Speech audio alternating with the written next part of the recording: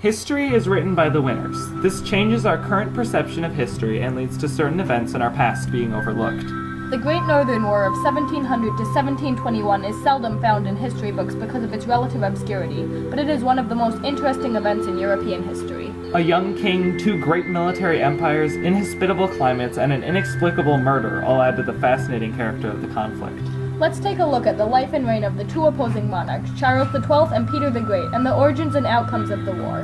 In December of 1697, Prince Charles XII ascended to the Swedish throne at the young age of 15. The young king appeared to be a soft target for his rivals throughout Eastern Europe and Russia, but the young king proved to be a military phenom, highly educated, fluent in several languages, and well-versed in military strategy by his tweens. The young King Charles would prove to be a much greater threat to his adversaries.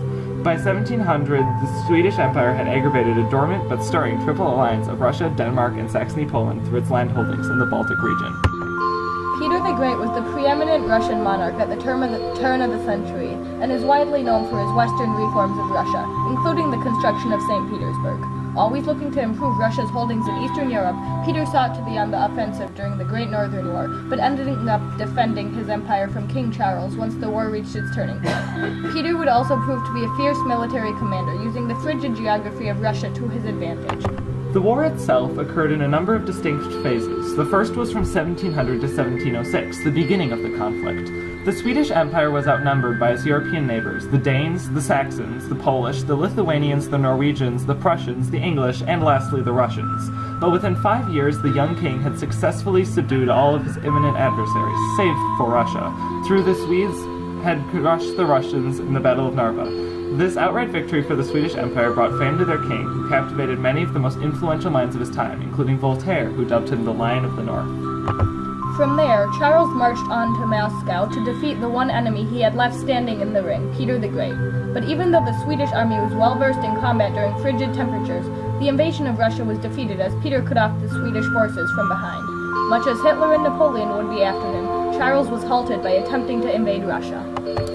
An injured Charles fled to the Ottoman Empire for safety, while Russia expanded into the territories that the Swedes could no longer protect without their king.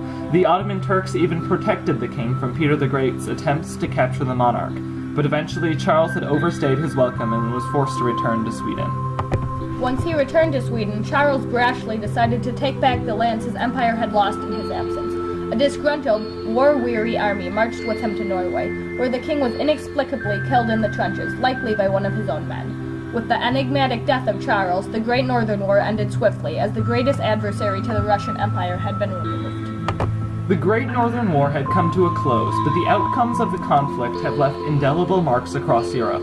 The foundation of St. Petersburg and the Russian Empire could never have occurred without the conflict.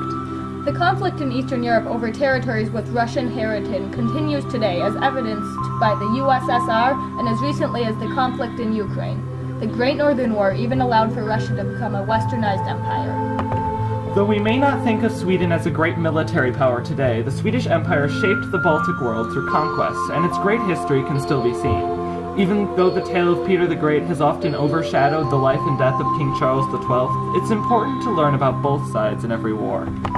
Sometimes, the most forgotten moments in history highlight the greatest trends throughout time. And the Great Northern War proves to be one of the most salient but forgotten events in European history. Created using Powtoon.